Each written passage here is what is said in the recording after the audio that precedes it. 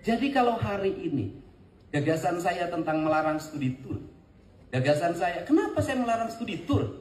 Kepala sekolahnya bego, gak belajar, gak kuliah. Kenapa? Studi itu pembelajaran, tour perjalanan. Studi tour adalah pembelajaran yang di dalamnya melakukan perjalanan. Studi tour yang terbaik adalah Isra Mi'raj. Spiritualitasnya dia melakukan perjalanan Masjidil Haram, Masjidil Aqsa.